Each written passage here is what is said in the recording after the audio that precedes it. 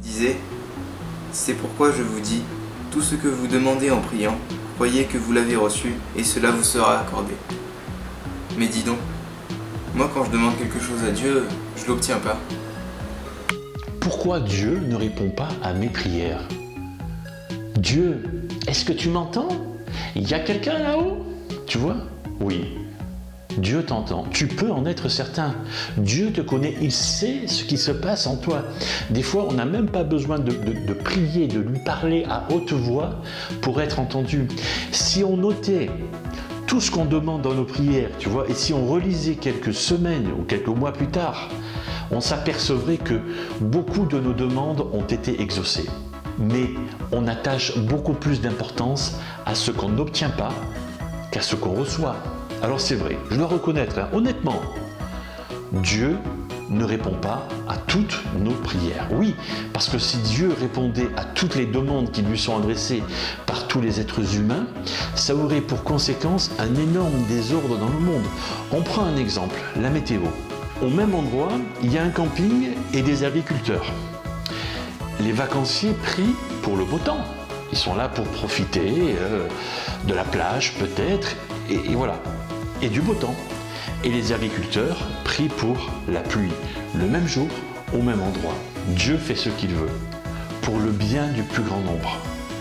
Dieu nous aime, Dieu t'aime. Il nous arrive de lui demander quelque chose qui nous semble bon, qui nous semble juste, et en réalité, cette chose peut produire du mal dans nos vies. Un autre exemple, une maman va interdire à son enfant de poser ses mains sur la porte du four, même quand il est froid. On comprend. Certains dangers physiques, moraux, spirituels nous échappent, mais Dieu les connaît. Il veut nous en préserver. Il doit nous refuser des choses qui pourtant nous semblent très importantes, voire sympathiques. Donc, si Dieu dit non, il faut savoir accepter ce refus en sachant que c'est de sa part ni un manque d'amour, ni de l'injustice. Mais Dieu peut dire aussi oui, mais quand les conditions seront plus favorables. Un exemple, quand un enfant demande à manger, on va lui dire « va te laver les mains ». Il y a une condition à remplir. Dans nos vies, beaucoup de choses salissent notre cœur et empêchent Dieu de nous donner ce qu'il a envie de nous donner. Il faut donc d'abord demander à Dieu de pardonner nos erreurs, de nettoyer notre cœur. Condition à remplir, mais aussi, il y a aussi une manière de demander. Quand un enfant pourri gâté exige quelque chose en tapant du pied, en criant, en menaçant de tout casser, c'est pas la bonne manière de demander, on est d'accord. Oui, Dieu n'est pas notre serviteur, il n'a pas d'ordre à recevoir. Et quand on lui dit « donne-moi ceci » ou « fais cela », ça montre notre arrogance et ça ferme sa main. Du coup, on n'obtient pas ce qu'il aimerait pourtant bien nous donner. On doit s'adresser à Dieu avec respect et confiance. Et Dieu peut dire aussi « attends un peu, patiente un peu ». Mais nous, on est tellement impatients, on veut tout de suite, là, maintenant. Certaines choses prennent de la valeur quand on les attend un peu, et des fois longtemps. Elles deviennent plus précieuses parce que nous nous préparons à les recevoir.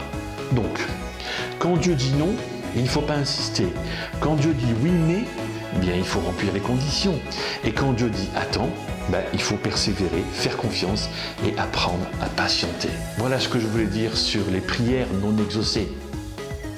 Si tu as entre 8 ans et 16 ans et que tu te poses des questions sur tout ce domaine spirituel, sur Dieu, sur Jésus, sur la Bible, n'hésite pas à t'inscrire au concours biblique. Tu as le site internet ici, c'est gratuit, c'est à ton rythme. À bientôt pour une autre vidéo. Si cette vidéo t'a plu, n'hésite pas à mettre un pouce bleu et puis prends bien soin de toi, prends bien soin de ceux qui te sont chers et surtout n'oublie pas, Dieu t'aime. Salut!